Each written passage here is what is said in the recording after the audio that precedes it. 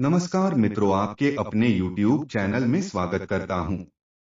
आप मेरे चैनल पर नए हो तो मेरे चैनल को सब्सक्राइब कर ले और बेल आइकन को प्रेस जरूर करें ताकि वीडियो का नोटिफिकेशन आपको मिलते रहे। एक समय की बात है, एक शिष्य अपने गुरु का बहुत सम्मान करता था। गुरु का भी उस शिष्य से बहुत गहरा लगाव था, लेकिन वह शिष्य स्वभाव से बहुत सुस्त और आलसी था। वह अपनी पढ़ाई के प्रति बहुत लापरवाह था। वह अक्सर आज के कार्यों को कल के लिए टाल देता था और किसी भी तरह की जिम्मेदारी से भागने की कोशिश करता था। अपने शिष्य के इस आलसी स्वभाव को बढ़ता देख गुरु और भी चिंतित हो गए। उन्हें चिंता होने लगी कि कहीं मेरा शिष्य अपने आलस्य के कारण जीवन संघर्ष में पराजित न हो जाए, क्योंकि गुरु जानते थे कि आलस्य में ही जीवन संग्राम करने की सारी शक्ति है। बेकार व्यक्ति ऐसा व्यक्ति बिना कोई कर्म किए फल पाने के बारे में सोचता है। वह शीघ्र निर्णय नहीं ले पाता और यदि ले भी ले तो उस पर अमल नहीं कर पाता। ऐसे व्यक्ति को अपने आसपास या आसपास के वातावरण का भी पता नहीं चलता या उसका वातावरण नहीं भाग्य द्वारा मिले अवसरों का उचित लाभ उठा सके। गुरु ने अपने मन में अपने शिष्य के इस सुस्त स्वभाव को खत्म करने के लिए एक योजना बनाई। एक दिन गुरु ने शिष्य को एक चमकदार सफेद पत्थर दिया और कहा, मैं तुम्हें 2 दिनों के लिए इस जादुई पत्थर का एक टुकड़ा देने जा रहा हूँ। कोई भी इस पत्थर से आप जिस लोहे की वस्तु को स्पर्श करेंगे वह सोने में बदल जाएगी। तुम इन 2 दिनों में जितना चाहो उतना सोना बना सकते हो, लेकिन याद रखना अगले दिन सूर्यास्त के बाद मैं तुमसे यह जादुई पत्थर वापस ले लूंगा। शिष्य इस अवसर को पाकर बहुत खुश हुआ। उसका पहला दिन कल्पना करता है कि जब उसके पास बहुत सारा सोना होगा तो उसका जीवन कितना अच्छा होगा। वह कितना खुश, प्रसन्न, समृद्ध और संतुष्ट होगा। उसके पास इतने नौकर चाकर होंगे कि उसे पानी पीने के लिए भी नहीं उठाना पड़ेगा।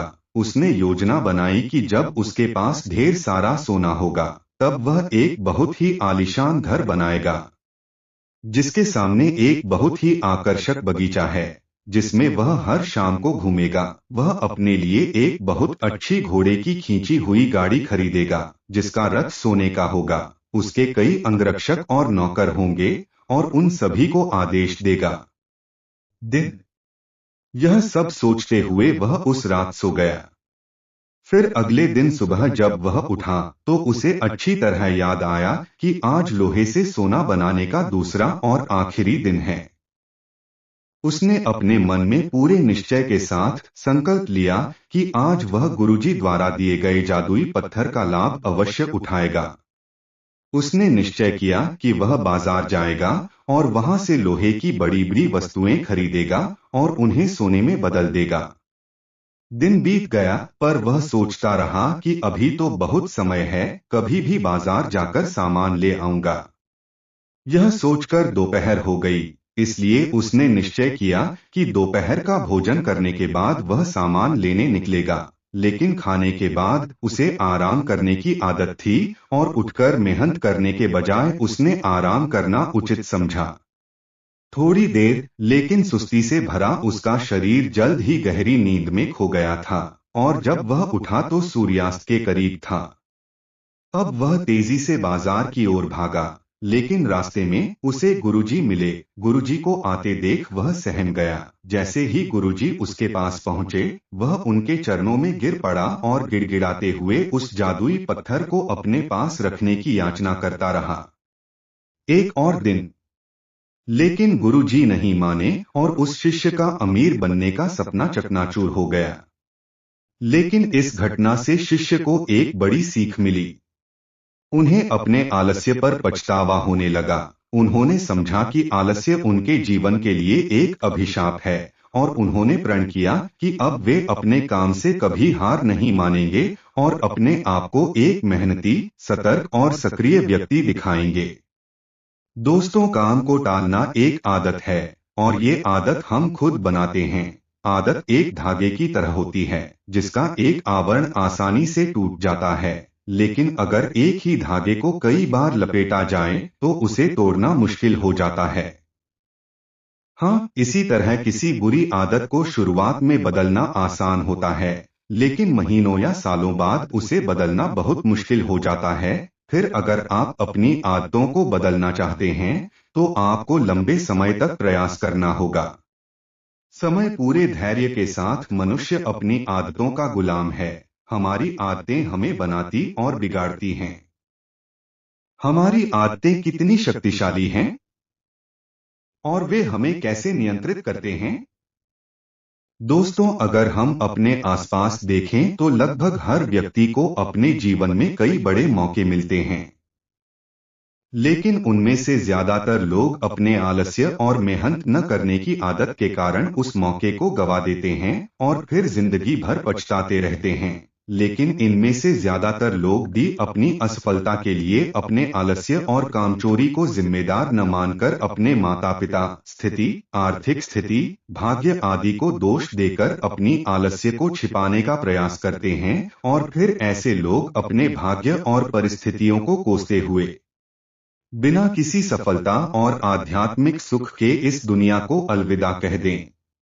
आइए थोड़ा और गहराई से समझने की कोशिश करते हैं कि हम अपने काम को क्यों टालते हैं। क्या हम कभी YouTube पर कोई कॉमेडी वीडियो देखने के लिए आलस करते हैं या अपना पसंदीदा खाना खाते समय? नहीं, आप आलस्य तभी करते हैं जब आप पढ़ाई कर रहे होते हैं या ऑफिस के किसी प्रोजेक्ट पर काम कर रहे होते हैं या घर का कुछ काम करना होता है। मूल रूप से हम गंभीर चीजों के बारे में आलसी होते हैं, जिसे करने के लिए हमें शारीरिक या मानसिक रूप से कड़ी मेहनत करनी पड़ती है। अब अगर आप काम को टालने से बचना चाहते हैं, तो इससे आपको बहुत मदद मिलती है। काम की समय सीमा, काम पूरा करने का एक निश्चित समय या एक निश्चित तारीख। मान लीजिए कि आप एक कार्यालय कर्मचारी हैं और आपके बॉस ने आपको एक कार्य दिया है जिसे आपको कल तक पूरा करना है, तो आप पूरा दिन आलस्य में यह सोचकर व्यतीत कर सकते हैं कि अभी भी एक पूरा दिन शेष है, लेकिन तब आप रात भर जागकर उसे पूरा कर लेंगे। प्रोजेक्ट, क्योंकि कल आपको वह प्रोजेक्ट देना है, क्योंकि कल के बाद आपके प्रोजेक्ट का कोई महत्व नहीं रह जाएगा। तो यहाँ उस काम को टालते हुए भी समय पर पूरा किया, क्योंकि यहाँ आपके सामने डेडलाइन थी, फिक्स टाइम था और काम पूरा हो गया। काम करने का यह तरीका आप अपने दैनिक जीवन में भी अपना सकते हैं कि अगले 1 घंटे या 1 दिन में मुझे इस काम को पूरा करना है। काम को टालने से बचने का यह बहुत अच्छा तरीका है। मैं खुद भी इस तरीके का इस्तेमाल अपने रोजाना के काम को करने के लिए करता हूँ। समय पर कार्य। दोस्तों, हम क्या करना चाहते हैं और अभी क्या कर रहे हैं, अगर इन दोनों में बहुत ज्यादा फर्क है, तो हमारे अंदर एक लड़ाई शुरू हो जाती है। तो यह हमारे अंदर तनाव और अशांति पैदा कर देती है। आलस्य एक ऐसी चीज है जो इंसान करता तो है, लेकिन करने से कभी खुश नहीं होता। मान लीजिए आज आपको कोई काम करना था, लेकिन आपके दोस्त आए और बोले, भाई चलो घूमने चलते हैं, मौज करते हैं, और तुम निकल जाते हो उनके साथ घूमने के लिए। आप दिन भर घूमते हैं, लेकिन आपके दिमाग में हर वक्त यही चलता रहेगा कि मुझे आज वो काम करना था, वो काम छूट गया। और इसी सोच की वजह से आप उस पूरे दिन को ठीक से एंजॉय नहीं कर पाएंगे और शाम को जब आप घर वापस आएंगे तो उस काम को करने को लेकर आपको पहले से ज्यादा स्ट्रेस होगा। तो इस तरह से आपका काम भी नहीं हो पाएगा। हो जाए न मौजमस्ती कर पाए और पूरा दिन भी बीत गया। यहाँ तो अच्छा होता, यही अच्छा होता, आलस न करते तो पहले अपना काम करते और फिर बाद में घूमने चले जाते, तो जरूर तुम अधिक आनंद ले सकते हैं और तनाव मुक्त रह सकते हैं। एक बात और गौर करने वाली है कि काम को टालने से हमें ग्लानि होती है। जब काम टालने से हमें खुशी नहीं मिलती तो काम क्यों टालते हैं? इसके पीछे 5 बड़े कारण हैं। पहले तो आपको जो काम करना है और उस काम का जो फल आपको मिलेगा, अगर उस काम का फल मिलने की संभावना बहुत कम है, तो आप उस काम को टालने की कोशिश करेंगे, क्योंकि आप में उस काम को करने की प्रेरणा कम हो जाती है। दूसरा, कोई ऐसा काम जो आपकी आवश्यकताओं के अनुरूप न हो या आपको वह काम करना अच्छा न लगे, तो आप उस काम को टालते चले जाएंगे। तीसरा कारण, यदि यह आपके लिए आवश्यक नहीं है या करने का कोई बड़ा कारण नहीं है, तो आप उस कार्य को टालते रहेंगे। चौथा, यदि हमें किसी काम को तुरंत करने का लाभ मिल जाए, तो हम उस काम को करने से ज्यादा उस काम को करने के लिए उत्साहित होंगे जिसका हमें काफी समय बाद लाभ मिले, और फिर हम ऐसी चीजों से बचने की कोशिश करते हैं। पांचवां, असफलता का डर। अगर किसी काम में हमारे असफल होने की संभावना अधिक है, तब भी हम उस काम को टालने की कोशिश करते हैं। अब सवाल उठता है कि काम टालने की इस आदत से कैसे बचा जाए। देखिए, अगर किसी काम को करने में ये 4 चीजें आपको मिल रही हैं, तो आप हर हाल में वह काम करेंगे। पहला, मनचाहा परिणाम। दूसरा, आपके पास उस काम में सफल होने के पूरे चांस हैं। तीसरा, जो अभी लाभ मिल रहा है, काम करने के बाद आपको अधिक लाभ मिलना शुरू हो जाएगा। और चौथा, जब काम का फल तुरंत मिल जाए या काम खत्म होते ही आपको फायदा हो जाए। अब बात करते हैं उपाय की, काम को टालने की आदत से कैसे बचें। तो इसके लिए आप पहले एक पेन और पेपर लें और खुद से पूछें और लिखें कि मैं काम क्यों टाल रहा हूं। ऐसा करने से आपको काम टालने का कारण पता चल जाएगा, और कारण पता चलते ही आपकी आधी समस्या यहीं खत्म हो जाएगी।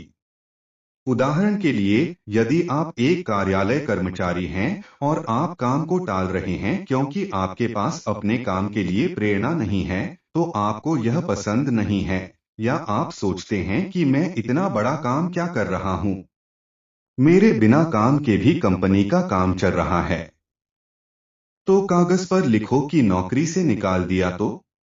यदि आप बेरोजगार हो जाते हैं तो क्या होता है? आपको कितनी परेशानियों का सामना करना पड़ेगा? यदि आप एक छात्र हैं और सिर्फ इसलिए पढ़ाई टालते रहते हैं क्योंकि आप जानते हैं कि आप पहली रैंक प्राप्त नहीं कर सकते, तो आप पढ़ाई में बहुत अच्छा नहीं कर सकते। फिर कुछ काम करो जिसमें तुम हो आपको विश्वास है कि आप बहुत अच्छा कर सकते हैं, उसमें अपना नाम बना सकते हैं।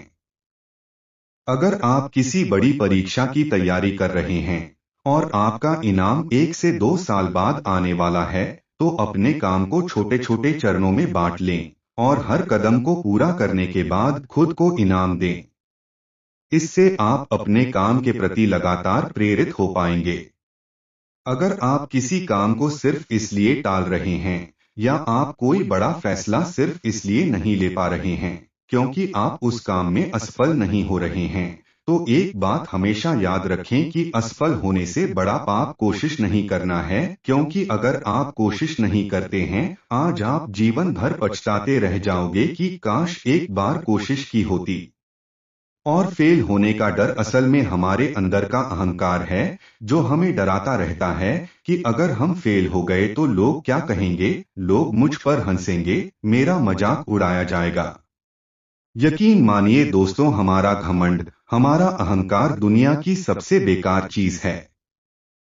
कोशिश करने के बाद असफल होने पर आपको अल्पावधि में पछतावा हो सकता है, लेकिन असफल होने के डर से प्रयास न करना आपको लंबे समय में बहुत पश्चाताप और आत्मघृणा से भर देगा।